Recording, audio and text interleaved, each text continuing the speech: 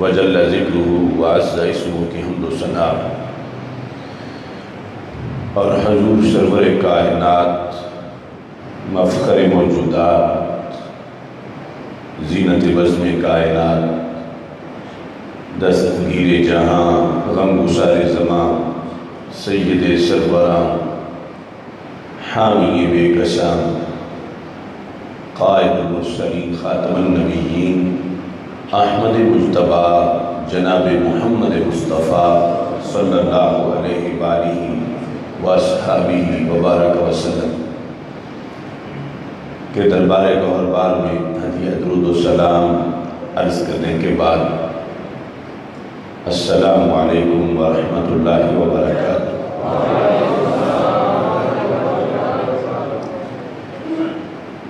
رب ذوالجلال کا کروڑوں بار شکر ہے کہ اس نے ایک بار پھر ہم سب کو ماہ رمضان مبارک کے فیوز و برکات عطا کیے ہیں، عشرۂ رحمت اور عشرۂ مغفرت سے فیض یاب ہو کر اب نار جہنم سے آزادی کی عشرے میں انوار و تجلیات کے ہمراہ امت مسلمہ کا کارواں آگے بڑھ رہا ہے۔ میری دعا ہے خالق کائنات جل جلالہ ہم سب کو صحت و عافیت کے ساتھ ماہ رمضان مبارک کا بقیہ حصہ مکمل کرنے کی توفیق عطا فرمائے۔ اس کی جو عبادات ہیں بطریق احسن بجا لانے کی توفیق عطا فرمائے۔ صحت و عافیت کے ساتھ اللہ ہمیں رمضان کو رخصت کرنے کی توفیق عطا فرمائے، اور اگلے سال پھر فضل و کرم سے اس کی استقبال کی توفیق عطا فرمائے۔ یقیناً رمضان المبارک کے صیام اور قیام کا مرحلہ خوش بخت انسانوں کو نصیب ہوتا ہے۔ قرآن مجید برہان رشید کے الفاظ و معانی سے ظاہر اور باطن کو منور کرنا یہ ہر کسی کے بس کی بات نہیں۔ اللہ کے فضل سے خالق کائنات جل جلالہ اپنے پسندیدہ بندوں کو قرآن سننے، سنانے، سمجھنے، سمجھانے اور اس پر عمل کی توفیق عطا فرماتا ہے۔ اللہ کا کروڑوں بار شکر ہے کہ بندہ ناچیز اس سال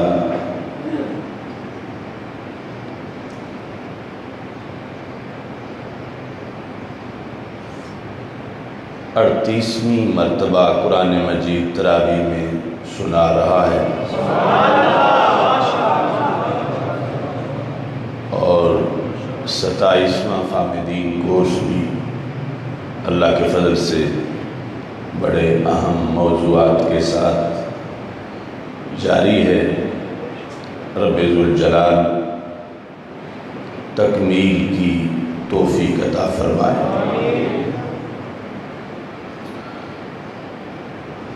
تاجدار حل عطا، مشکل کشا، شیر خدا حضرت سیدنا علی المرتضی رضی اللہ تعالی عنہ آپ کے یوم شہادت کے موقع پر شان حضرت سیدنا علی المرتضی رضی اللہ تعالی عنہ کانفرنس کا انعقاد کیا جا رہا ہے۔ گزشتہ رات ہمارا جو موضوع تھا کہ حضرت مولا علی رضی اللہ تعالی عنہ کو جو مولا کہا جاتا ہے اس کے مطالب، معنی اور اس کے جو مقاصد ہیں اس لحاظ سے تفصیلاً گفتگو رات کو فامدین کورس میں ہوئی۔ نبی اکرم نور مجسم شفیع معظم صلی اللہ علیہ وسلم کی نسبت سے جن نفوس قدسیہ کو رب نے عروج عطا کیا، عزت و عظمت کا بلند ترین مقام عطا کیا، اور ممتاز ہستیوں میں ممتاز نام حضرت مولا علی رضی اللہ تعالیٰ عنہ کا ہے۔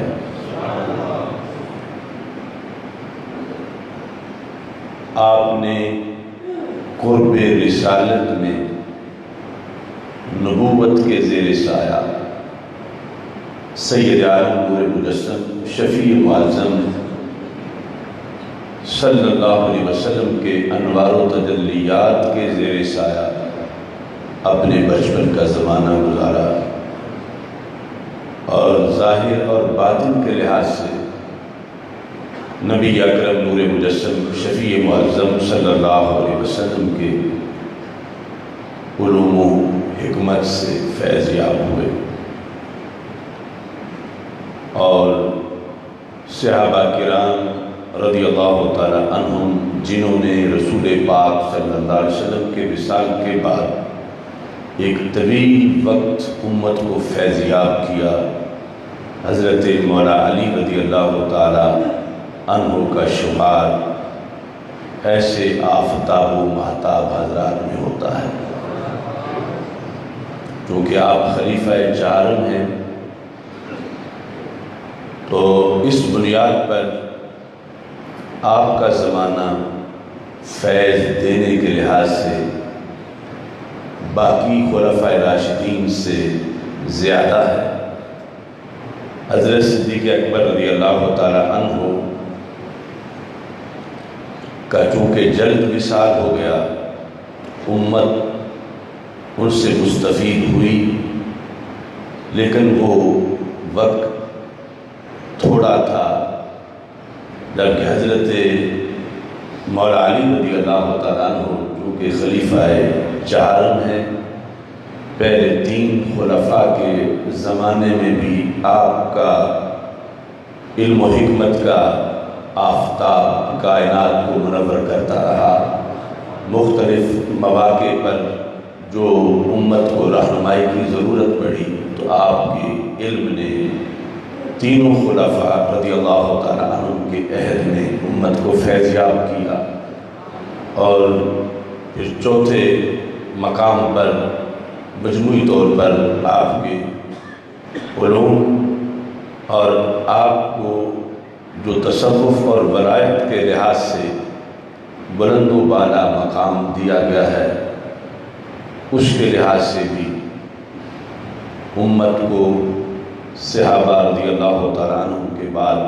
بالخصوص تابعین کو بلند و بالا مقام آپ کی نسبت سے ملا۔ ہمارے آقا صلی اللہ علیہ وسلم سے ایک حدیث سن کر آگے سنانے والا، اس کی بانٹی ہوئی زندگی اور اس کا پھیلایا ہوا نور، اس کا کوئی کما حق ہو تصور نہیں کر سکتا۔ اور حضرت مولا علی رضی اللہ تعالی عنہ 2 بڑی وجوہ کے لحاظ سے نبی اکرم نور مجسم شفیع معظم صلی اللہ علیہ وسلم کے فیضان کو تقسیم کرنے میں ممتاز ہوئے کہ ہمارے آقا صلی اللہ علیہ وسلم سے حضرت سیدنا جابر رضی اللہ تعالی عنہ روایت کرتے ہیں، طبرانی معجم کبیر میں یہ حدیث موجود ہے، ان اللہ عز وجل جعل ذریۃ کل نبی فی صلبہ، ہمارے آقا صلی اللہ علیہ وسلم ارشاد فرماتے ہیں کہ اللہ نے ہر نبی کی اولاد ان کی پشت میں رکھی۔ وَإِنَّ اللَّهَ تَعَالَى جَعَلَ ذُرِّيَّتِي فِي صُلْبِ عَلِيِّ بْنِ أَبِي طالب رضی اللہ تعالیٰ عنہ۔ رسول پاک صلی اللہ علیہ وسلم فرماتے ہیں رب نے میری اولاد حضرت مولا علی رضی اللہ تعالیٰ عنہ کی پشت میں رکھی۔ یہ انفرادیت اور پوری کائنات میں جو سادات کی شکل میں بارش ابر و کرم کی برسی اور قیامت تک برسے گی، آنا و اہل بیتی شجرۃ فی الجنہ اغصانها فی الدنیا فمن شاء اتخذ الی ربہ سبیلا۔ رسول پاک صلی اللہ علیہ وسلم فرماتے ہیں میں اور میرے اہل بیت ہم جنتی درخت ہیں، ٹہنیاں ہماری دنیا میں ہیں، اور دنیا میں ٹہنیاں اس لیے پھیلائی گئی ہیں کہ دنیا والے ان تو نبی اکرم نور مجسم شفیع معظم صلی اللہ علیہ وسلم کا یہ منفرد فیض حضرت علی رضی اللہ تعالی عنہ کی نسبت سے کائنات میں تقسیم ہوا اور تقسیم ہو رہا ہے اور ہوتا رہے گا۔ سید عالم نور مجسم شفیع معظم صلی اللہ علیہ وسلم نے حضرت مولا علی رضی اللہ تعالی عنہ کی اس جہت کو بھی واضح کیا جو کہ حضرت عبداللہ بن عباس رضی اللہ تعالی عنہما روایت کرتے ہیں کہ سرکار دو عالم صلی اللہ علیہ وسلم نے فرمایا انا مدینۃ العلم وعلی بابها، کہ میں علم کا شہر ہوں اور علی اس شہر کا دروازہ ہے۔ فمن اراد العلم فلیأت الباب، تو جسے علم چاہیے وہ دروازے کے پاس پہنچے۔ تو نبی اکرم نور مجسم شفیع معظم صلی اللہ علیہ وسلم پر اترے ہوئے قرآن اور آپ کی احادیث کی ترجمانی کے لحاظ سے حضرت علی المرتضیٰ رضی اللہ تعالیٰ عنہ کا جو کردار ہے، رسول اکرم نور مجسم شفیع معظم صلی اللہ علیہ وسلم نے اس حدیث میں واضح فرمایا۔ علم اور نسب یہ دو بڑے شرف جو ہیں، ان کے لحاظ سے حضرت مولا علی رضی اللہ تعالی عنہ کا فیض، منفرد فیض، اس کا ذکر ان احادیث کے اندر موجود ہے۔ آپ کی شان و عظمت کو بیان کرنے کے دو طریقے ہیں، ایک عمومی طور پر کہ آپ کے حق میں جو آیات نازل ہوئی اور وہ احادیث کہ جس پر اجماع ہے، اتفاق ہے کہ فضائل مناقب کی جتنی احادیث حضرت مولا علی رضی اللہ تعالی عنہ کی شان میں ہیں وہ انفرادیت بھی آپ ہی کا حصہ ہے۔ تو آپ کے بیان اور شان کا دوسرا طریقہ آپ کی تعلیمات سے آپ کا تعارف ہے، آپ کے خطبات سے آپ کا تعارف ہے، اور آپ کی زبان سے نکلے ہوئے کلمات کے ذریعے سے آپ کو پہچاننا ہے، کیونکہ آپ کی شخصیت کا یہ وصف حدیث میں موجود ہے جو کئی بار ہم بیان کر چکے ہیں، اور وہ ایک پل صراط کی حیثیت رکھتا ہے۔ ان فیک مثلا من عیسیٰ اے علی تمہارے اندر ایک مثال حضرت عیسیٰ علیہ السلام کی ہے، ایک وصف، ایک خوبی، ان کے لحاظ سے عوام میں 3 دھڑے بن گئے، 2 جہنم میں گئے، ایک کو جنت ملی، تو تمہارے لحاظ سے بھی ایسا ہی علی میں دیکھ رہا ہوں۔ تو حضرت مولا علی رضی اللہ تعالیٰ عنہ خود اس حدیث کے راوی ہیں کہ حضرت عیسیٰ علیہ السلام کے لحاظ سے 3 دھڑے کیسے بنے؟ احبتہ النصارى وابغضتہ الیہود، کہ ان سے نصارہ یعنی کرسچن جو ہیں انہوں نے پیار کا دعویٰ کیا، مگر پیار میں شریعت کو ملحوظ خاطر نہ رکھا، اور مانتے وہ مان گئے جو رب نے ان کی شان بنائی نہیں تھی، اور وہ شان ماننا کفر و شرک تھا کہ حضرت عیسیٰ علیہ السلام کو معاذ اللہ انہوں نے اللہ کا بیٹا کہنا شروع کر دیا، اس بنیاد پر جہنم میں چلے گئے کی وجہ سے کہ جو غیر شرعی محبت، ابغضتہ الیہود، یہود نے بغض رکھا حضرت عیسیٰ علیہ السلام کا، یہاں تک کہ باہاتو امہ، آپ کی امی جان سیدہ مریم رضی اللہ تعالی عنہا پر بھی یہود نے الزام لگا دیا، یعنی بغض عیسیٰ میں آپ کے تو منکر ہوئے ہی، آپ کی امی جان سیدہ مریم کے مقدس کردار پر بھی انہوں نے اعتراض کیا، الزام لگانے کی کوشش، تو یہ دونوں دھڑے جہنم میں چلے گئے،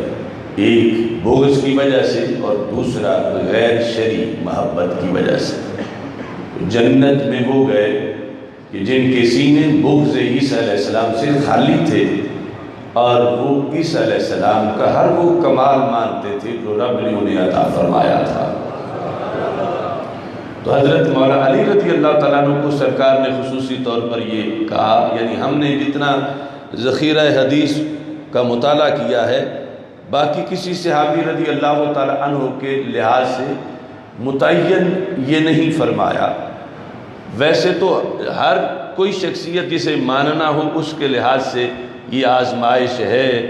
کہ جو شان ہے وہ ضرور مانی جائے اور بغض نہ رکھا جائے، لیکن حضرت مولا علی رضی اللہ تعالیٰ عنہ کے لحاظ سے رسول پاک صلی اللہ علیہ وسلم نے خصوصیت سے جو کہا، تو مولا علی رضی اللہ تعالیٰ عنہ خود پھر فرماتے ہیں یہلک فی اثنان، میرے بارے میں 2 دھڑے مارے گئے، ایک وہ جنہوں نے میرا بغض رکھا،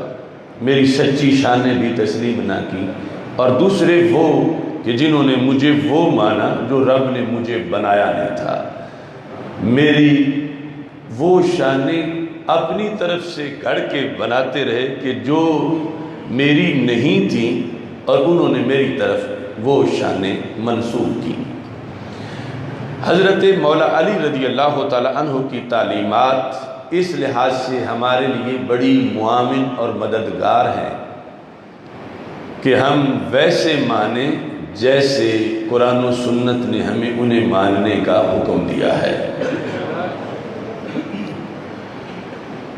آپ کے خطبات عقیدہ توحید و رسالت اور ہر جہت کے اندر آپ کی جو تعلیمات ہیں امت کے لیے قیامت تک کے لیے مشعل راہ ہے۔ حضرت مولا علی رضی اللہ تعالی عنہ آپ نے قرآن کے موضوع پر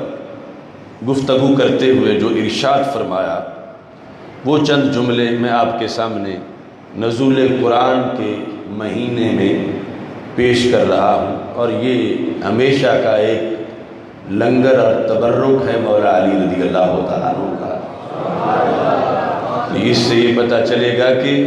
جو علی والا ہو وہ قرآن سے کتنا پیار کرتا ہے اور قرآن کو کس قدر اپنے لیے مرشد اور رہنما تسلیم کرتا ہے۔ آپ نے فرمایا اعلموا ان هذا هو الناسخ لوگو جانو یہ قرآن وہ ناسخ ہے الذی لا یغشو، قرآن نصیحت کرتا ہے اور نصیحت کرنے کے ساتھ لا یغشو، جو نصیحت میں کبھی بھی خیانت نہیں کرتا، اس کی نصیحت میں کبھی بھی کوئی کھوٹ نہیں ہو سکتی، غش نہیں ہے۔ والہادی الذی لا یضل، قرآن وہ ہادی ہے جو کبھی کسی کو گمراہ نہیں کرتا۔ ناصح ہونا اور ہادی ہونا، یعنی کبھی تو کوئی ایسا نصیحت والا ہوتا ہے کہ نصیحت میں ہی کسی کو گمراہ کر دیتا ہے، اس کی نصیحت 100% نصیحت نہیں ہوتی۔ نے کہا قرآن وہ ناصح ہے جس کی نصیحت میں کوئی کھوٹ نہیں، اور قرآن ہے کہ جو کبھی بھی کسی کو گمراہ نہیں کرتا۔ والمحدث الذی لا یکذب، قرآن وہ بولنے والا ہے جو کبھی جھوٹ نہیں بولتا۔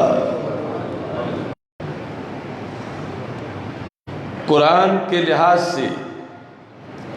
وما جالس ھذا القرآن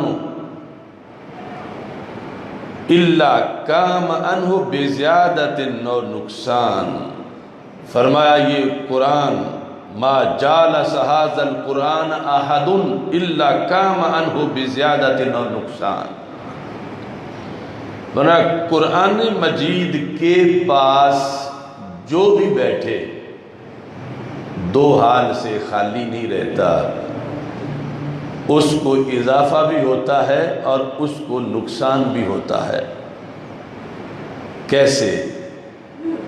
فرمایا زیادۃ فی ہدا و نقصان من عما، کہ اس کی ہدایت میں اضافہ ہو جاتا ہے اور اس کی بے خبری میں نقصان ہو جاتا ہے، یعنی اس کی جہالت میں نقصان ہوتا ہے کہ جہالت کم ہو جاتی ہے، مٹتی ہے، اور اس کو علم اور ہدایت کے لحاظ سے رب ذوالجلال اضافہ فرماتا ہے۔ وَاعْلَمُوا أَنَّهُ لَيْسَ عَلَىٰ أَحَدٍ بَعْدَ الْقُرْآنِ مِنْ فَاقَةٍ، برا لوگو جان لو جس کے پاس قرآن ہو اسے کبھی بھوک نہیں آ سکتی۔ لیس علی احد بعد القرآن من فاقہ، قرآن کسی کے پاس آ جائے اور پھر بھی اسے فاقے کا سامنا ہو، ایسا نہیں ہو سکتا۔ ہر بندہ ہی دولت چاہتا ہے، تو مولا علی رضی اللہ تعالی عنہ کا لائحہ عمل بندے کے مالدار غنی ہونے کا یہ ہے، وہ جتنا قرآن کے قریب ہوتا ہے اور قرآن پہ عمل کرتا ہے، رب ذوالجلال اس کو اتنا ہی مالا مال فرما دیتا ہے۔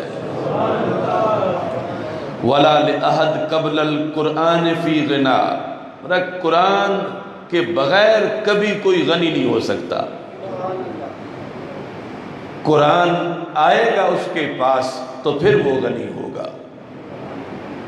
فَاسْتَشْفُوا مِنْ أَدْوَائِكُمْ وَاسْتَعِينُوا بِهِ عَلَىٰ دَعْوَائِكُمْ، فرمایا اپنی بیماریوں کا علاج قرآن سے ڈھونڈو اور اپنی سختیوں کا حل قرآن سے ڈھونڈو، مشکلات کا حل قرآن سے ڈھونڈو۔ فَإِنَّ فِيهِ شِفَاءً مِنْ أَكْبَرِ الدَّاءِ، فرمایا سب سے بڑی بیماری سے شفا قرآن کے ذریعے ہی ملتی ہے، تو جو سب سے بڑی بیماری دور کر کے شفا دے دے، چھوٹی بیماری دور کرے گا۔ سب سے بڑی بیماری کیا ہے؟ هو الکفر والنفاق والغی والضلال، کہ سب سے بڑی بیماری کفر ہے، منافقت ہے، گمراہی ہے، قرآن ان بیماریوں کو دور کر دیتا ہے۔ تو جس قرآن سے اتنی بڑی مہلک بیماریاں دور ہوتی ہیں، عام چھوٹی بیماریاں دور کرنا تو اس قرآن کے عام فیوز و برکات ہیں جو انسان کو جسمانی بیماریوں سے بری کر دیتے ہیں۔ حضرت مولا علی رضی اللہ تعالی عنہ، آپ نے اپنے خطبات کے اندر جس چیز کو اجاگر کیا، آج وہ کتنے ایسے لوگ ہیں کہ جو نام ان کی محبت بالکل ان کے اپوزٹ اور مخالف دھندے کرتے ہیں۔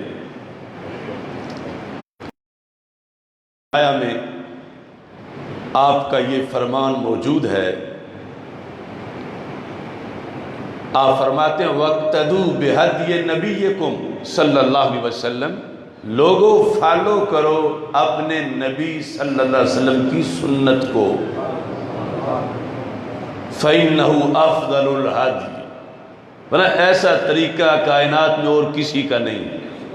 کہ بندہ چاہتا ہے کہ میں اچھے طریقے پہ چلوں، تو مولا علی رضی اللہ تعالیٰ عنہ کہتے ہیں کہ سب سے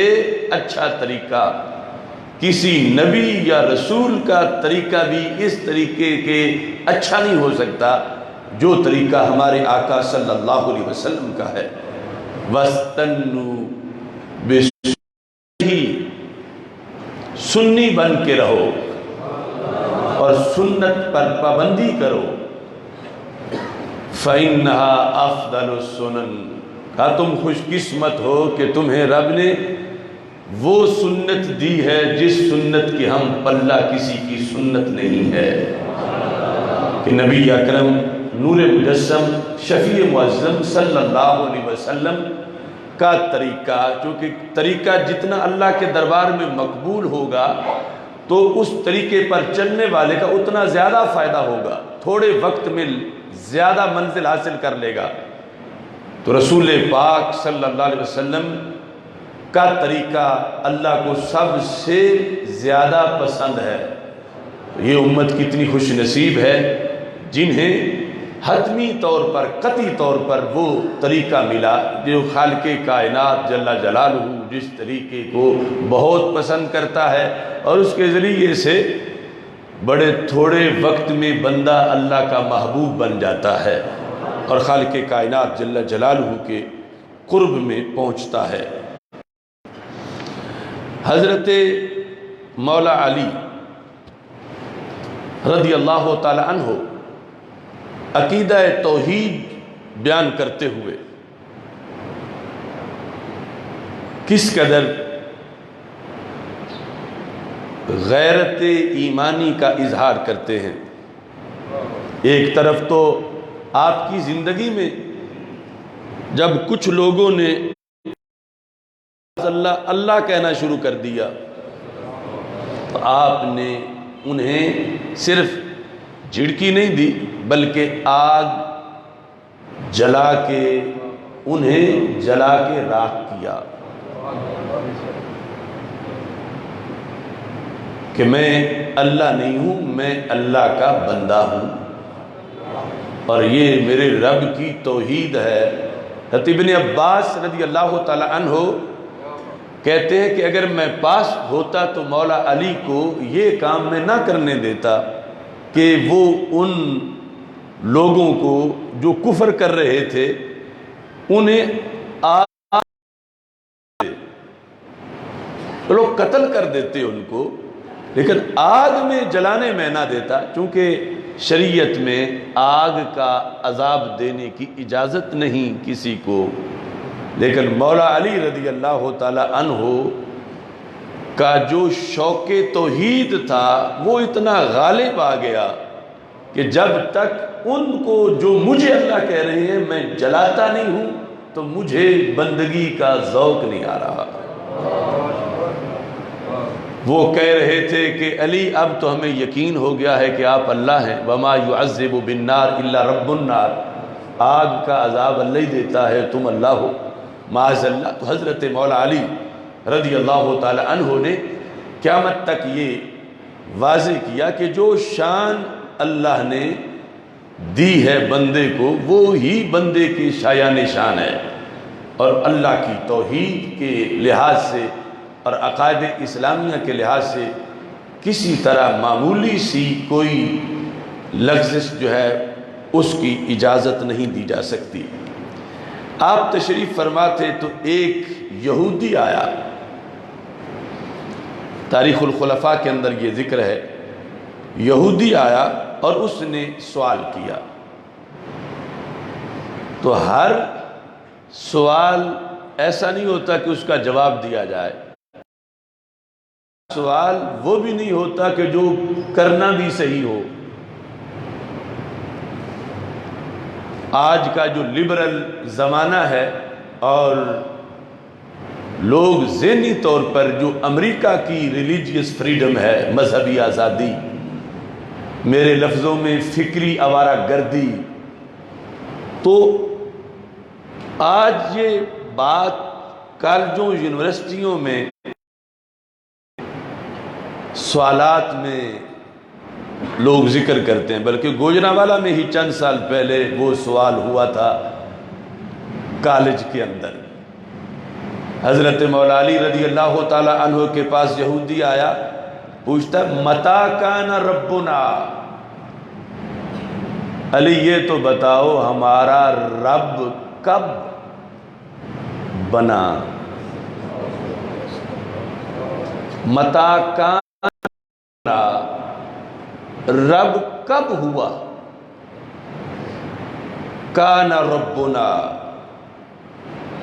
گوجرانوالہ میں وہ سوال ہوا تھا، کوئی کہہ رہا تھا کہ معاذ اللہ بتاؤ رب کی عمر کیا ہے؟ متا کان ربنا، یہ یہودی نے پوچھا۔ فتمعر وجہ علی بن ابی طالب رضی اللہ تعالیٰ عنہ، آپ کے چہرے کا رنگ سرخ ہو گیا۔ فقال لم یکن فکانا، بولا تم یہ پوچھ رہے ہو کہ رب کب تھا؟ فرمایا کب بھی نہیں تھا، رب پھر بھی تھا۔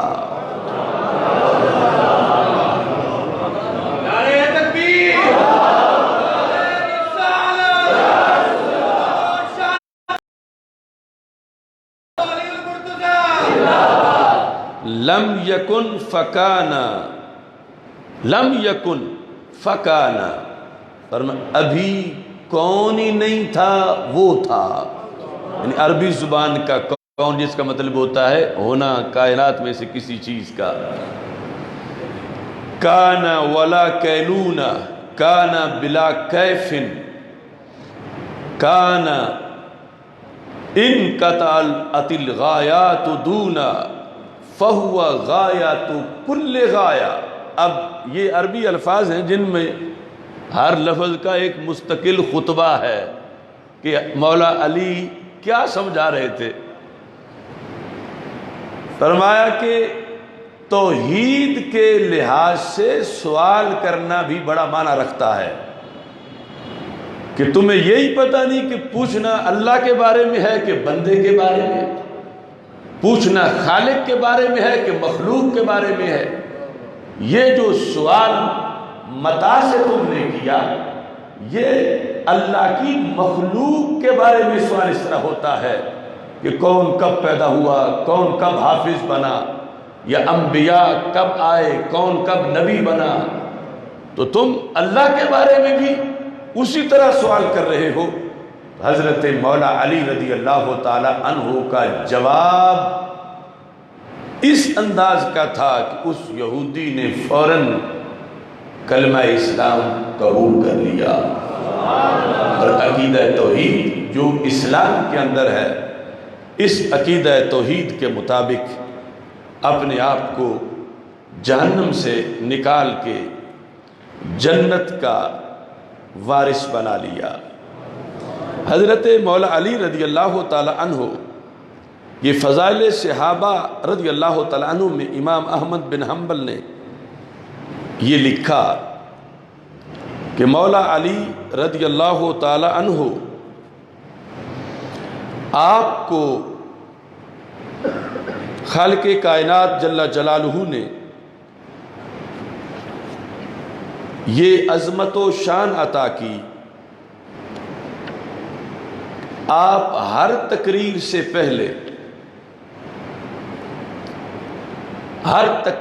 پہلے یعنی جب بھی خطبہ دیتے تھے تو ایک بات مجمع سے کرتے تھے، اور یہ بھی آج آپ کے خصوصی موضوع کا لنگر ہے حالت روزہ میں،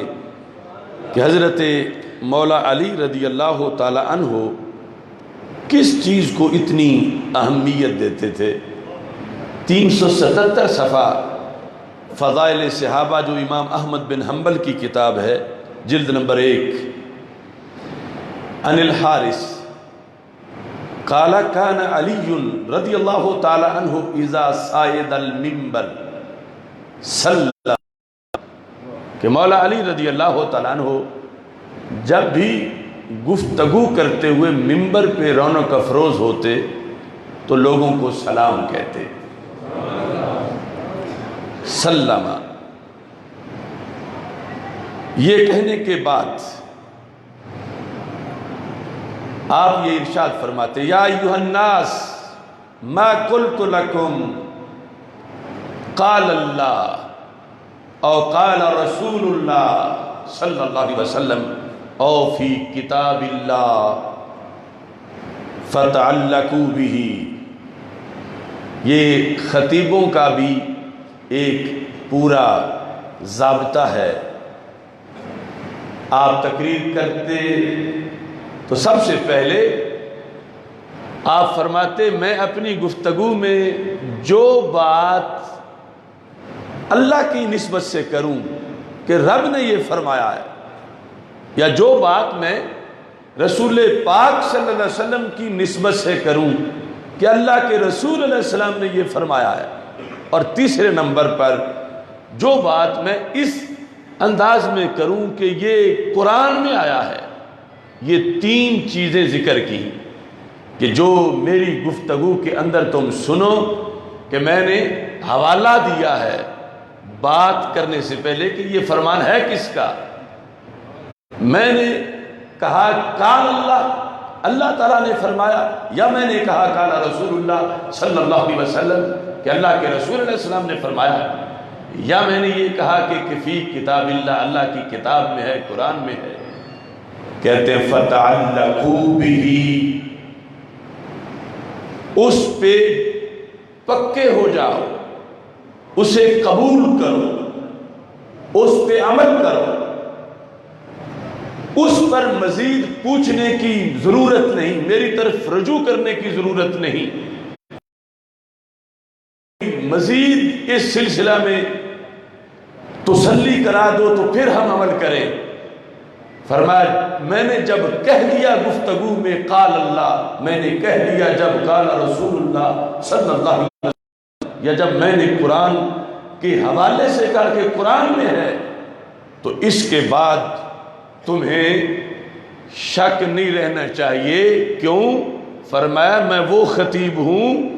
فواللہ لأن اخر من السماء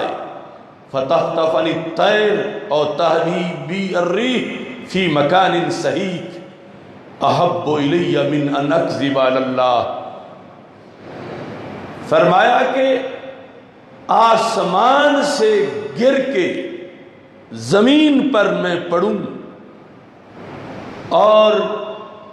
میرا ڈھانچہ، میرے جسم کے چیتھڑے پرندے اٹھا کے لے جائیں، اس کے یہ چھوٹی بات ہے میرے نزدیک، اور رب کی طرف اس بات کی نسبت کرنا جو رب نے کی نہ ہو اور میں کہوں رب نے فرمایا ہے، علی سے یہ برداشت نہیں ہو سکتا۔ آسمان سے، یعنی بطور فرض یہ بتایا کہ وہ کتنا بڑا بھیانت منظر ہے اور مشکل کام ہے۔ 10 فٹ سے نیچے کسی کو گرایا جائے تو وہ کتنا معاملہ سخت ہے۔ آسمان سے زمین پر گرایا جانا اور اس کے بعد پرندے بوٹیاں اٹھا کے یا ذرات ہوائیں اڑا کے لے جائیں، یہ بات میرے نزدیک چھوٹی بات ہے۔ اور یہ کہ سرکار دو عالم صلی اللہ علیہ وسلم کی زبان سے وہ بات نہ نکلی ہو اور میں کہوں قال رسول اللہ صلی اللہ علیہ وسلم کہ اللہ کے رسول علیہ السلام نے فرمایا، مجھ سے یہ برداشت نہیں ہو سکتا۔ لوگوں، جب میں کہہ دیتا ہوں رب نے فرمایا تو میں تب ہی کہتا ہوں جب میں 100% یقین رکھتا ہوں۔ جب میں کہتا ہوں اللہ کے رسول صلی اللہ علیہ وسلم نے فرمایا تو میں تب ہی کہتا ہوں جب مجھے 100% سے بھی زیادہ یقین ہوتا ہے، اور جب میں کہتا ہوں کہ قرآن میں ہے، کتاب میں ہے، تو میں اس وقت ہی کہتا ہوں جب مجھے حد درجے کا اس پر یقین ہوتا ہے۔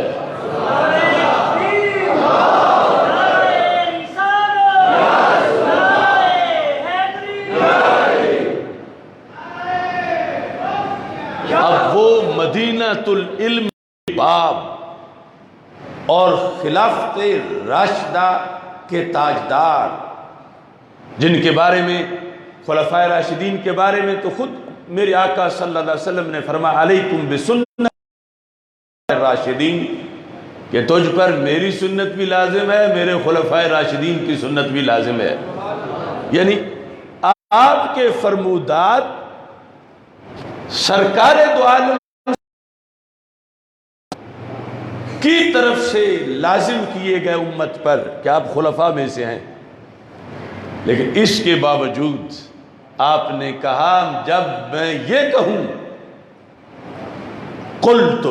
لکم من تلقاء نفسی، میں اپنی طرف سے جب کوئی بات کروں اس میں یہ نہ حوالہ دوں کہ اللہ نے کہا ہے، یہ حوالہ نہ دوں کہ اللہ کے رسول علیہ السلام نے کہا ہے، اللہ نے فرمایا ہے، اللہ کے رسول علیہ السلام نے فرمایا ہے، یا قرآن میں یہ نہ کہوں بلکہ میں اپنی طرف سے کہوں فراجعونی، اس میں تم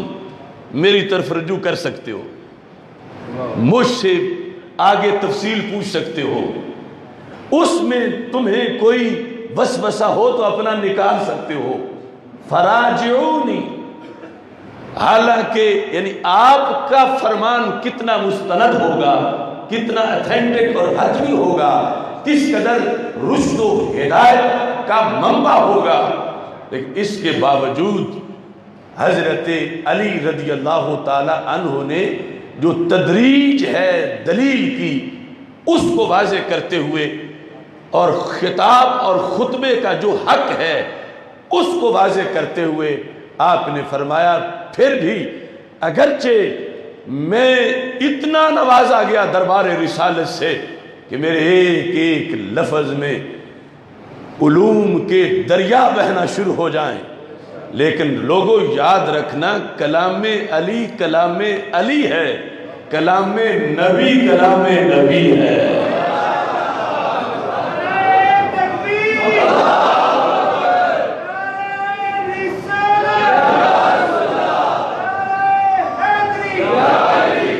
اور اس میں یعنی آپ کے اب ہمارے لیے تو ادلہ میں دلیل ہے، یعنی امام اعظم ابو حنیفہ رحمہ اللہ تعالی امت کے وہ محسن کہ جنہوں نے مسائل قرآن و سنت سے حل کر کے امت کو دیے، جنہوں نے امت میں کتاب لکھنے کا طریقہ متعارف کروایا۔ اول من دون علم هذه الشریعہ، اس شریعت کے علم کو سب سے پہلے جس نے کمپائل کیا، مدون کیا، وہ امام اعظم ابو حنیفہ۔ ان کا جس وقت علم و حکمت کا بورڈ یعنی 1000 رکن تھے جس میں، اور 1000 کے اندر یعنی آج اگر پوری کائنات کا سب سے بڑا عالم ڈھونڈا جائے اس میں بھی یہ شرطیں موجود نہیں کہ وہ امام ابو حنیفہ کے ریسرچ بورڈ کا سب سے چھوٹا رکن بن سکے۔ مجتہد اس ریسرچ بورڈ میں تھے۔ امام اعظم ابو حنیفہ طریقہ بتا رہے تھے، اس لیے امام مالک نے موطا لکھی، حدیث کی پہلی کتاب، تو طریقہ امام اعظم ابو حنیفہ کا اختیار کیا۔ وہ امام اعظم ابو حنیفہ ابو جعفر منصور کے پاس شکایت پہنچی، جیسے یہ بادشاہوں کے پاس اہل حق کی شکایتیں لگانے والے ہوتے ہی ہیں۔ ابو جعفر منصور کے پاس شکایت پہنچی کہ امام ابو حنیفہ دین بدل رہے ہیں، تو آپ نے طلب کر لیا امام ابو حنیفہ کو، ابو جعفر منصور نے، کہ تم دین بدل رہے ہو۔ آپ نے فرمایا نہیں، انما اعمل اولا بکتاب اللہ ثم بسنت رسول اللہ صلی اللہ علیہ وسلم ثم بعقدیت الخلفاء الراشدین ثم بعقدیت بقیت الصحابہ ثم عکیسو۔ جو آج بھی کچھ غیر مقلد کر جاتے ہیں امام صاحب کے بارے میں۔ امام صاحب سے پوچھا ابو جعفر منصور نے، سنا فقہ بنا رہے ہو؟ آپ نے کہا ہاں۔ سنا ہے شریعت کے اصول مرتب کر رہے ہو؟ آپ نے فرمایا ہاں۔ تو اس نے کہا کس طرح، تم کیسے کر رہے ہو؟ آپ نے فرمایا سب سے پہلے میں مسئلے کا حل قرآن سے دیکھتا ہوں، واضح لفظوں میں نہ ہو تو پھر حدیث سے دیکھتا ہوں، اگر واضح لفظوں میں نہ ہو تو میں پھر خلفائے راشدین کے فیصلے دیکھتا ہوں، اگر وہاں بھی نہ ہو تو میں باقی صحابہ کے فیصلے دیکھتا ہوں، اور وہاں بھی نہ ہو تو پھر میں روشنی میں بیٹھ کے قیاس کرتا ہوں۔ تو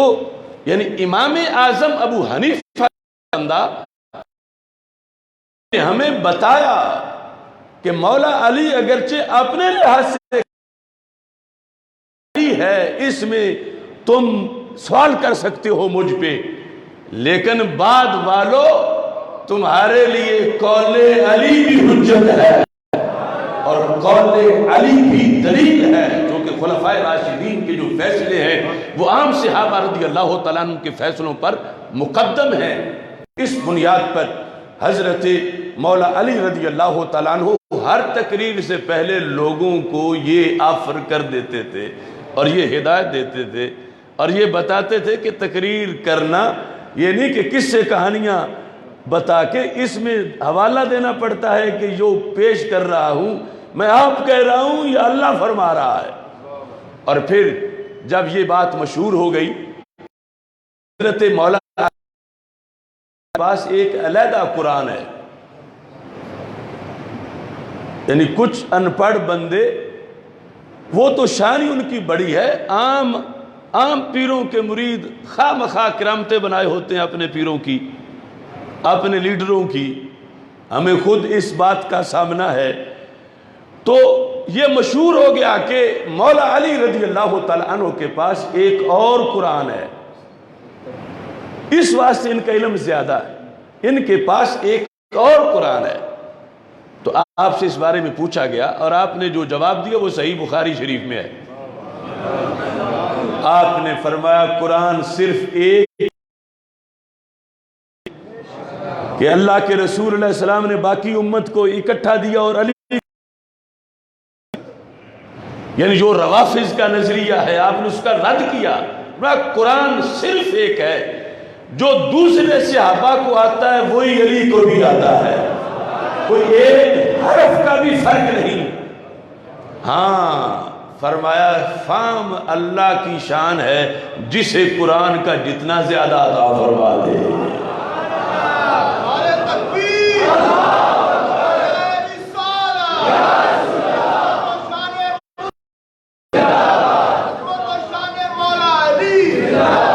فرمایا قرآن دوسرا نہیں ہے،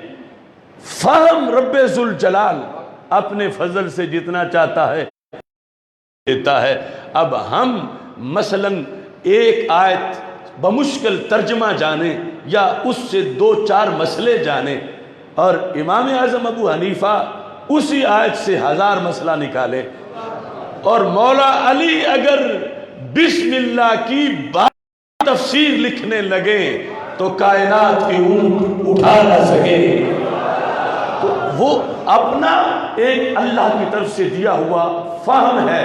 فرمایا اس کے سوا میرے پاس ایک ورقہ ہے جو میں نے تلوار کے نیام میں رکھا ہوا ہے، اس پر میرے نبی علیہ السلام کی 3 حدیثیں لکھی ہوئی ہیں۔ تو یہ حضرت مولا علی رضی اللہ تعالیٰ عنہ یعنی تقریر کے آغاز سے پہلے لوگوں کو متوجہ کرتے تھے کہ بات سننی ہے تو اس بات کو دیکھنا بھی ہے، اور یہ آج بھی ہمارے لیے ضروری ہے، اور اللہ کا فضل اہل سنت اس پر قائم ہے۔ دوسری طرف سے ساری بات یہ ہے کہ آواز آئی، کس کی آئی، کب آئی، کیوں آئی، کس کو آئی، یہ پتہ ہی، سارا دین اسی پہ گھڑا ہوا ہے۔ علی رضی اللہ علی والا قرآن کی سنتا ہے، علی علیہ السلام کے فرمان کی سنتا ہے۔ اور یہ جو آپ کا خطبہ تھا اس میں ایک جملہ آپ ہمیشہ بولتے تھے، وہ بھی میں آپ کو سنا دوں، اور علی والے کو ہمیشہ بولتے رہنا چاہیے۔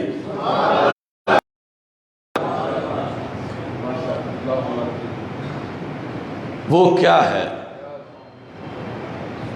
ہر خطبے میں تقریر شروع کرتے ہوئے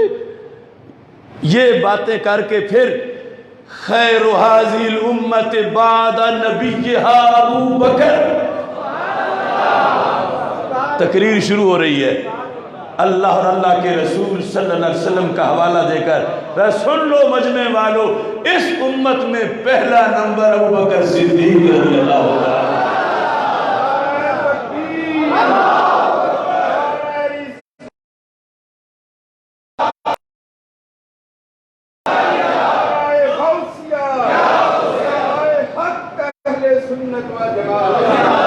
آخر کوئی وجہ تھی تو اس کا اظہار کرنا سمجھتے تھے کہ کہیں کوئی کسی اصلاح کے پیش نظر، یعنی ہر خطبے میں منبر پہ بیٹھے ہیں حمد و ثنا کے بعد یہ اعلان کرنا ضروری سمجھتے ہیں، اور کہتے ہیں وَمِن بَعْدِ أَبِي بَكْرَ وعمر، ابو بکر صدیق رضی اللہ تعالی عنہ کے بعد عمر فاروق رضی اللہ تعالی عنہ، پھر حضرت عثمان غنی رضی اللہ تعالیٰ عنہ، تیسرا نمبر بھی اپنا نہیں بتاتے تھے۔ اور اس کے لحاظ سے اللہم اصلحنی بما اصلحت بہ الخلفاء الراشدین، یعنی یہ آج ان کے شان کے میں اس لیے ذکر کر رہا ہوں کہ وہ اپنی تقریر میں ہمیشہ یہ ذکر کرتے تھے۔ کوئی یہ بھی کہا کہ دیکھو آج شان علی تھی، یہ پھر بھی بات صدیق اکبر کی کر گئے ہیں درمیان میں، تو میں اس لیے کر گیا ہوں کہ میرا علی کر گیا ہے۔ مولا علی رضی اللہ تعالیٰ عنہ اس کام کرتے تھے، اور اصل جو تعلیمات ہیں، مثلا ہم رمضان ہے، قرآن ہے، تراویح ہے، اب یہ سنن کبریٰ، اس کے اندر ہماری مولا علی رضی اللہ تعالی عنہ سے جو نسبت ہے وہ نسبت دن رات بولتی ہے، کیونکہ اس نسبت کے پیچھے بھنگ نہیں، دین کا رنگ ہے۔ ایک اور جماعت بھی کرانی ہوتی ہے، کس نماز کی کتنی رکعتیں؟ فرمایا 20 رکعتن، 20 رکعتیں، یعنی قرآ کو اکٹھا کر کے کہا تم نے تراویح پڑھانی ہے، اور پڑھانی 20 رکعت ہے، 20 رکعتن، 20 جتنی تو عربی عام لوگوں کو بھی آتی ہے، عمرے پہ گئے ہوئے بھی اتنی سیکھی آتے ہیں۔ 20 رکعتن، 20 رکعت، 8 رکعت کی جائے کا شہر بٹالہ ہے، اور 20 رکعت میں علی کا حوالہ ہے۔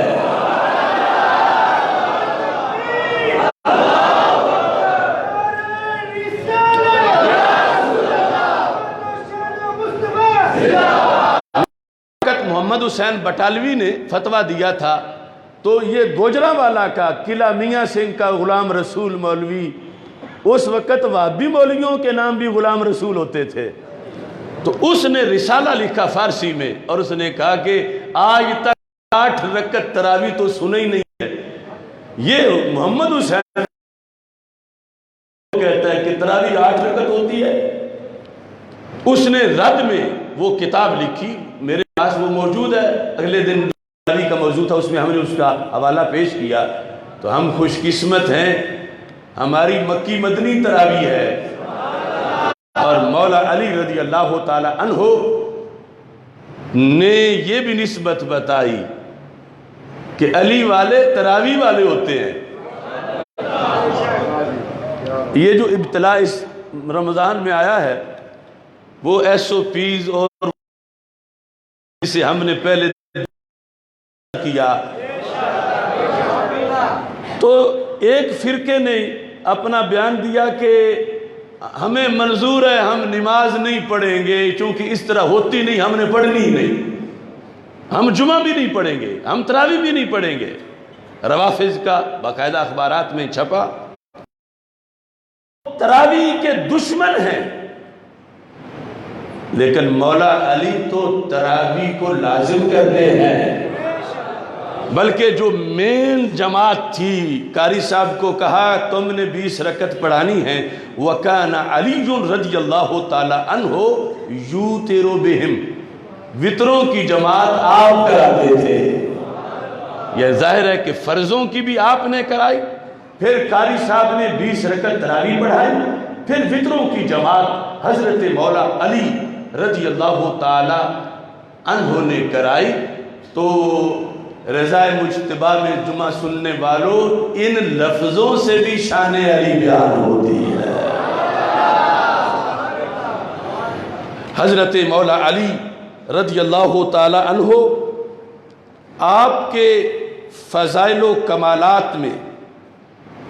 قرآن کی آیات، لفظ مولا، لفظ ولی، اہل بیت، تطہیر، یہ ساری شانیں اہل سنت و جماعت دل و جان سے مانتے ہیں۔ مگر یہ بات یاد رکھیں، یہ جتنے لفظ ہیں ان کا دوسرے ٹولے نے معنی علیحدہ گھڑا ہوا ہے۔ مثلا لفظ ولی ہے تو لفظ ولی کا مطلب ان کے نزدیک بلا فصل ہے، یعنی جب وہ کہتے ہیں علی ولی اللہ، مطلب کیا ہے کہ ولی بمعنی متولی، ولی عہد، امت کے امور کا مالک۔ تو یاد رکھنا، مولا علی کو ولی مانتے ہیں، ولیوں کا سردار مانتے ہیں، مگر ولی بول کے خیانت نہیں کرتے کہ بولے لفظ ولی اور مراد خلیفہ بلا فیصل نے سردار مانتے ہیں، خلیفہ چہاروں مانتے ہیں۔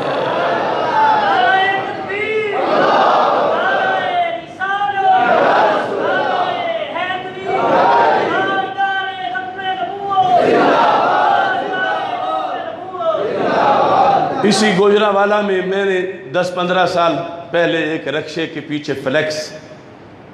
دیکھا کہ لکھا تھا صرف اللہ ہی مولا ہے، اللہ کے سوا کوئی مولا نہیں۔ تو یہ ہے پل صراط۔ خوارج لفظ مولا بھی نہیں مان رہے علی کے بارے میں کہ علی کو مولا نہ کہو، اور روافض مولا کو ہی خلیفہ بلا فضل بنا رہے ہیں، یا مولا سے مطلب اللہ تک کا لے رہے ہیں، اور درمیان میں ہے اہل سنت۔ وہ کہتے ہیں کہ جب اللہ کے رسول علیہ السلام فرماتے ہیں من کنت مولا ہو فعلی مولا ہو، جس کا میں مولا ہوں علی بھی اس کے مولا ہے۔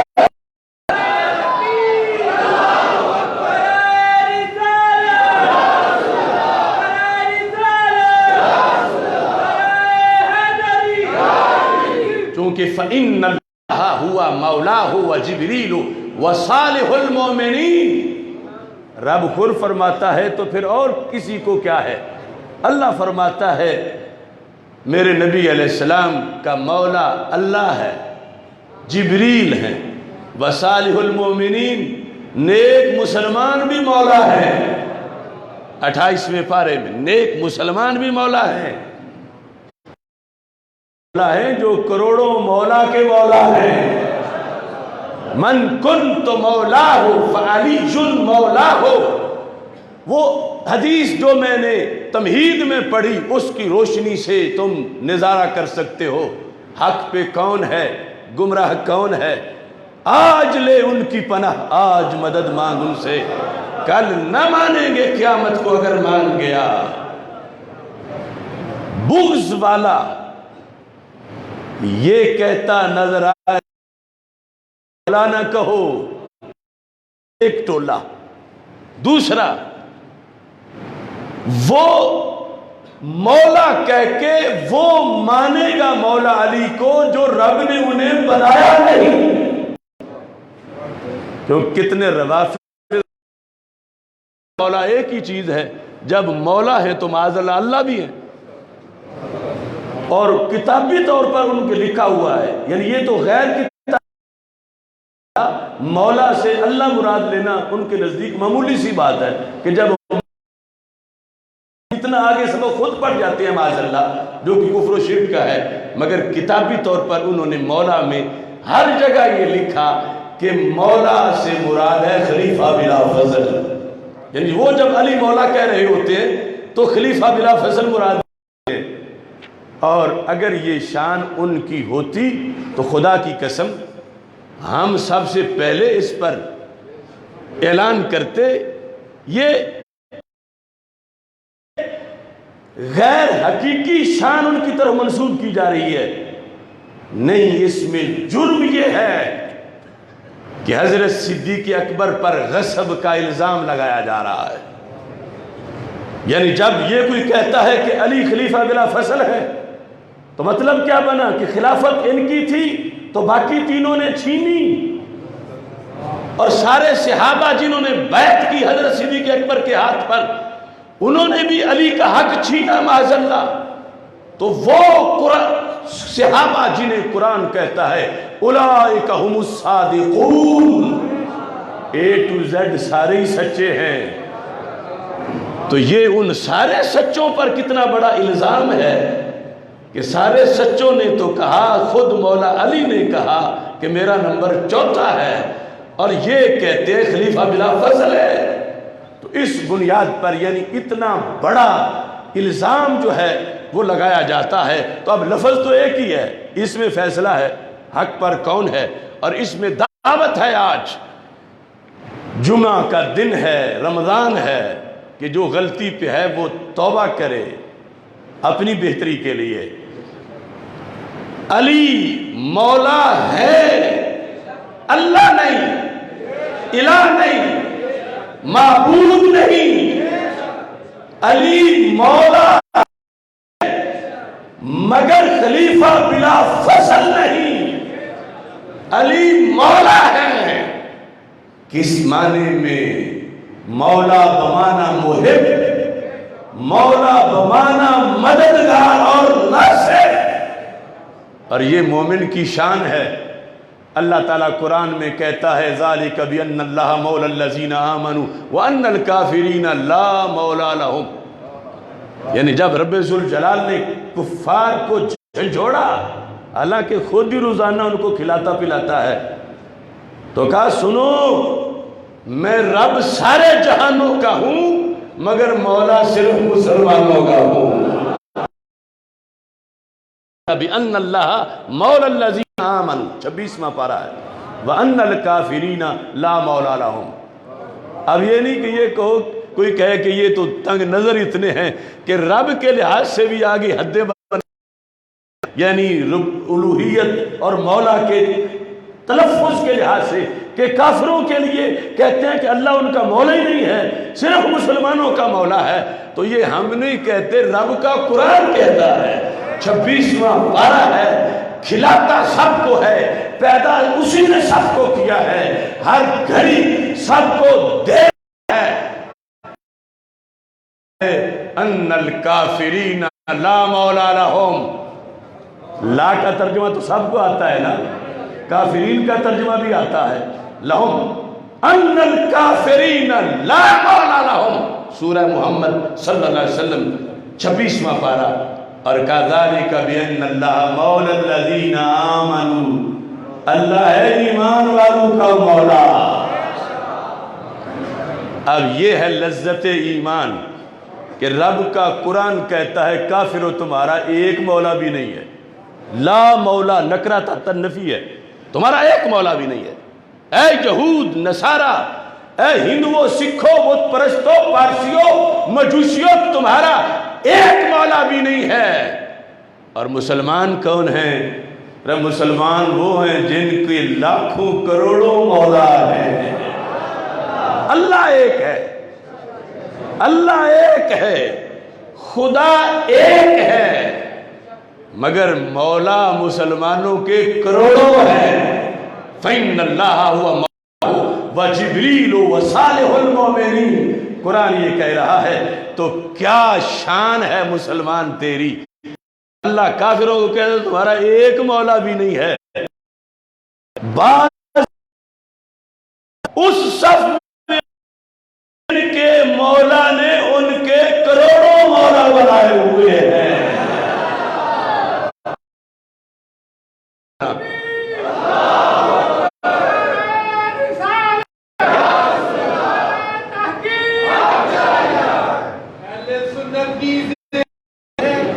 ذالک بأن اللہ مولا الذین آمنوا وان الکافرین لا مولا لہم۔ تو یہ میں اس لیے بول رہا ہوں کہ لفظ سن کے اس کا رکھنا ہوتا ہے۔ دوسرے واردات کہاں سے کر رہے ہیں؟ وہ ولی کہہ کر بھی خلافت بلا فصل ان کی کتابوں میں انما ولیکم اللہ ورسولہ والذین آمنوا، یہ آیت جو ہے انما ولیکم اللہ ورسولہ والذین آمنوا، پہلے نمبر پہ ولی تو اللہ ہے، ولیکم اللہ ورسولہ، اللہ کے رسول صلی اللہ علیہ وسلم، والذین آمنوا۔ اللہ تعالیٰ نے حالت رکوع میں اپنی انگوٹھی صدقہ کر دی تھی اور یہ آیت نازل ہوئی۔ ساری جہاد اگرچہ والذین آمنوا جمع کا صیغہ ایک ہے، مگر پھر بھی اہل حق یہ آیت مولا علی کی شان میں مانتے ہیں، مگر ولی ہیں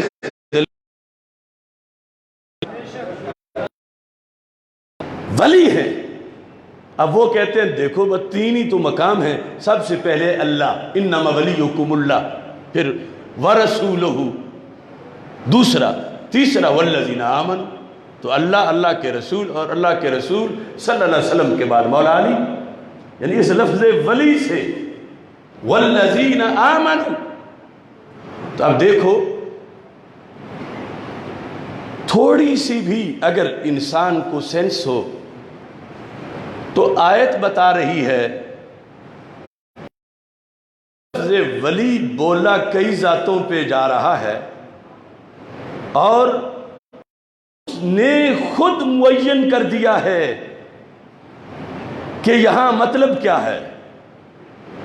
اے مسلمانوں، تمہارا ولی اللہ ہے، یعنی مددگار، محبت کرنے والا اللہ کے رسول صلی اللہ علیہ وسلم ہیں، اور سال مومنین، جماعت صحابہ، اہل بیت رضی اللہ تعالیٰ عنہم، یا معین حضرت مولا علی رضی اللہ تعالیٰ عنہ ہیں۔ اب ان کا جو معنی ہے اگر وہ فٹ کر کے ترجمہ کریں تو سب سے پہلے ولی کا مطلب اگر امیر المومنین لینا ہے تو ہوگا انما ولیکم اللہ، بے شک تمہارا امیر المومنین اللہ ہے، معاذ اللہ، تمہارا امیر المومنین اللہ کے صلی اللہ علیہ وسلم. تو یہ تھوڑا سا بھی جس کو سینس ہو وہ سمجھ اللہ ہے. اللہ کو امیر المومنین نہیں کہہ سکتے. اللہ کے رسول صلی اللہ علیہ وسلم ہیں, کروڑ شانیں ہیں, مگر امیر کی شان سے بڑا ہو رہا ہے. تو جس لفظ سے وہ چاہتے ہیں کہ لفظ جو کہ قرآن میں آیا ہے اور آگے اپنی طرف سے اس کے ساتھ معنی اٹیچ کر کے قرآن کی آیات احادیث اور اس کے مقابلے میں ایک انہوں نے اپنا غلط نظریہ کھڑا کر رکھا ہے. اور ہمارے ہاں میں یار کچھ لوگوں کا یہ ہے, سب کا نہیں, کچھ کا یہ ہے, وہ کہیں گے اگر وہ اذان میں علی ولی اللہ کہتے ہیں تو تمہیں کیا تکلیف ہے؟ ولی تو علی ہیں, علی ولی ہیں تو وہ اذان میں پڑھ لیں. حالانکہ ان کے بڑوں میں ان لفظوں کی نفی کی ہے, ان کی اپنی کتابوں میں. میں عراق میں پڑھتا رہا ہوں, کربلا میں, نجف, بڑے بڑے مراکز میں ان کی اذان سنی, لیکن وہاں یہ لفظ نہیں بولے جاتے تھے اس زمانے میں. اب کا پتہ نہیں کہ اب کیا صورت ہے. اب ولی اللہ, ہم تو ہر سانس میں علی ولی کہیں, ولی ولی کہیں, علی علی کہیں. یہ رمضان سے پہلے اعلیٰ اتھارٹی کے ساتھ ہمارے مذاکرات جاری تھے. وہ میری ایک تقریر کی ہوئی تھی روافظ پر, میرے خلاف جلسے جلوس اور کیا کیا کر رہے تھے. تو میں نے اعلیٰ اتھارٹی کو کہا کہ ان سب کو میرے سامنے لے آؤ,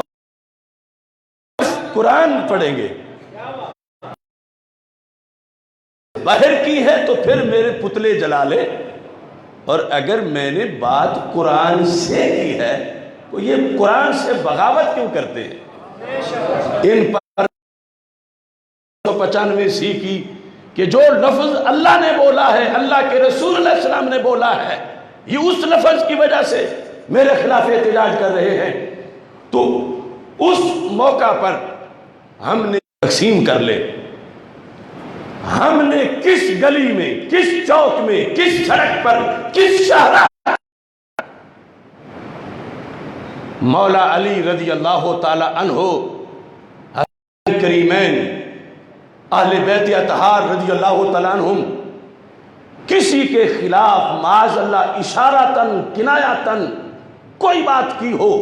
میں نے کہا ہماری زبان, اور میں نے کہا یہ دل اگر اس میں حب علی نہ ہو تو یہ کتوں کے سامنے پھینکنے کے لیے ہے. ہم تو سوچ بھی نہیں سکتے, مگر ہم مظلوم کتنے ہیں کہ یہ ٹولہ ہر محلے میں تقریباً, یعنی جہاں جہاں وہ ہیں, سپیکر لگا کر 5 وقت یا 3 خلفائے راشدین کو گالی دیتے ہیں. حضرت صدیق اکبر رضی اللہ تعالیٰ عنہ کو غاصب کہتے ہیں. تو کہاں ہے تمہارے, جہاں صرف ان کا 1 گھر ہے, 2 گھر ہے, سپیکر لگا کے یہ اس صدیق اکبر رضی اللہ تعالیٰ عنہ پر الزام لگا رہے ہیں خائن ہونے کا, غاصب ہونے کا. حضرت عمر پر, حضرت عثمان رضی اللہ تعالیٰ عنہ, جمیع صحابہ پر. انہوں نے کہا کہاں لگاتے ہیں؟ میں نے کہا یہ جو اذان میں پڑھتے ہیں اس کا مطلب پوچھو. میں نے کہا یہ تو اہل سنت اگر مطالبہ کرنا شروع کر دے, ہم تو غلام ہیں پنجتن کے, اور زبانیں ہیں ان کی تعریف کے لیے, مگر یہ جو سپیکر لگا کر ان کو گالیاں دیتے ہیں جن کی صداقت پہ قرآن سچا ہے, کیونکہ ان کے ہوتے ہوئے جمع ہوا تھا. اگر ان کا کردار میں کوئی کجی ہوتی تو پھر قرآن کیسے صحیح ہے؟ تو اس بنیاد پر میں نے کہا یہ ان کو بلا کے کہو ہمارے ساتھ بات کر لیں، ہم پہ جہاں پابندی لگواتے ہیں لگوائیں، ہم تو کہہ سکتے ہی نہیں۔ ان نفوس قدسیہ کے خلاف ان کی تو شان ہمارا عنوان ہے، لیکن یہ خود آ گئے ہیں، لو آپ اپنے دام میں صیاد آ گیا۔ ان سے محاسبہ کرو، ہر گلی سے سپیکر اترواؤ ان کا، ہر محلے سے۔ یہ تبرہ تو تنہائی میں بھی کفر ہے، اور یہ سپیکر، اور پھر انہیں ہم پہ اعتراض ہے کہ ہم نے یہ تقریر کیوں کی جو قرآن میں ہے، جو سنت میں ہے۔ تو اس بنیاد پر ہم ہیں اس ملک کی غالب اکثریت، ہم نے ملک بنایا، ہمارے اندر جذبہ ہے اس کو بچانے کا، ہم افراتفری نہیں چاہتے ہو جائے۔ ہماری مسجد، ہماری عبادت، نماز اور تراویح، اس کے اندر مداخلت کی گئی، سوشل ڈسٹینس کی بدعت 14 صدیوں میں نہیں تھی، دین کے اندر ایک فتنہ ڈالا گیا، ہم نے تو پہلے دن ہی مسترد کر دیا۔ لیکن بات تو اصل یہ ہے، ادھر ماتم کی بھی اجازت، ادھر مسجد بھی بند، ادھر تبروں کے جلوس، ادھر قرآن کی تلاوت پہ پابندی، کہ جس مسجد میں ویسے 500 پڑھ سکتے ہیں اب پڑھا کرو صرف 10 15 20 50، یا لوگ اسی جیسے کہ جگہ ہی نہیں ہے وہاں پر جانے نہیں دیتے، چھوڑ دے۔ خدا کی قسم یہ ملک مسجد کے فیض سے بنا ہے، مسجد سے کوئی پاکستان نہیں بنا سکتا تھا، یہ پاکستان مدرسہ کا فیض ہے، مسجد کا فیض ہے، خانقاہ کا فیض ہے، اور آج انہی پہ ساری پابندیاں لگائی جا رہی ہیں، تو حکمران ہمارے صبر کا امتحان نہ لیں۔ مسجد میں باہر کتنی سلطنت ہے جہاں تم اللہ تللے کر رہے ہو، ہمیں تو وہ بھی دل ملامت کرتا ہے کہ جو ایوان قرآن کے لیے بنا تھا اس میں کیسے نمونے بیٹھے ہوئے ہیں۔ ہمیں تو ایوان میں جو اس پر اعتراض تھا، یہ آج کی صفحے سیدھی کرنے لگے ہیں۔ یہ ہے ایوان کی، پارلیمنٹ کی، جہاں قرآن کو اس کا حق نہیں دیا جا رہا، اور الٹا چور کوتوال کو ڈانٹے وہ آ کے صفحے مسجد کی سیدھی کرنا شروع ہو گئے۔ ارے یہ دار الکفر نہیں، دار الاسلام ہے، یہ پاکستان ہے۔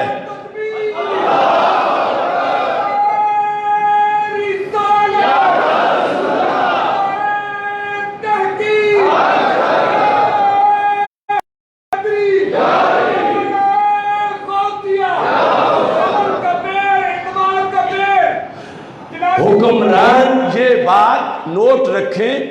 چونکہ جو بھی ہو ہم نے اس سے کی ہے، یہ منبر گواہ ہے، جو بھی تھا، جس نے جو بھی کیا، اسی وقت ہمارا جو دین کی طرف سے ہم نے فوراً اعلان کیا، اور یہ ان کے لیے بھی اور ان سے بعد کے لیے بھی میں بات کر رہا ہوں کہ پاکستان کے حکمرانوں سوچ کے حکم کرو، یہ روئے زمین پر ایک ہی ملک ہے کہ جہاں للو پنجو نہیں رہتے۔ مجھے عرب کے پاک زروں کی قسم، مجھے بلاد حرم ایک ایک ذرے کی قسم یعنی انوار کے لحاظ سے، مگر بات ہو رہی ہے سٹیٹ، ہاں اس جگہ پہ ہے جہاں قرآن اترا، وحی آئی، مگر جب بن رہی تھی تو یہ نہیں تھا کہ قرآن کی بیس پہ حکومت بنے گی، سلطنت بنے گی، وہاں ایک خاندان کی حکومت تھی، ادھر 3 صدیوں میں 20 لاکھ مسلمان شہید ہوئے کہ قرآن کی حکومت ہوگی۔ چلو مزید آسان کر، آج تک کسی میڈیا پر، کسی اخبار پہ، سعودی عرب کے کسی کونے میں مجھے کوئی ایک ان کے نیشنل ڈے کا ایک نعرہ دکھا دو کہ جہاں یہ ہو کہ سعودی عرب کا مطلب کیا، لا الہ الا اللہ رسول اللہ، خدا تم نہیں دکھا سکتے۔ پاکستان کے حکمرانوں، سعودی عرب نہیں، یہ پاکستان ہے کہ جس میں ہر بچہ کہتا ہے پاکستان کا مطلب کیا، دستور ہوگا۔